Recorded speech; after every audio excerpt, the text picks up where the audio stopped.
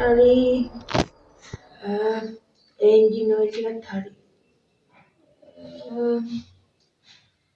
ජයසේකර මහත්තයාගේ කාර් එකත් හැදුවා. ඒකත් හරි.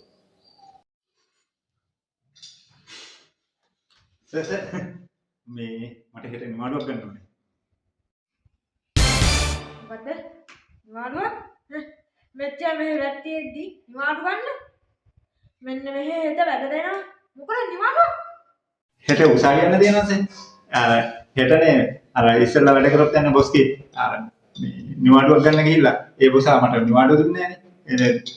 ඒ බොසාගේ පැත්ත බලපෙකේ නඩුව හෙටට තියෙන්නේ. මම ඒකට යන්න කියලා බැලුවේ. මොකක්? හිත නෙමෙයි අනිද්දා නිවාඩු ගන්න. නේ?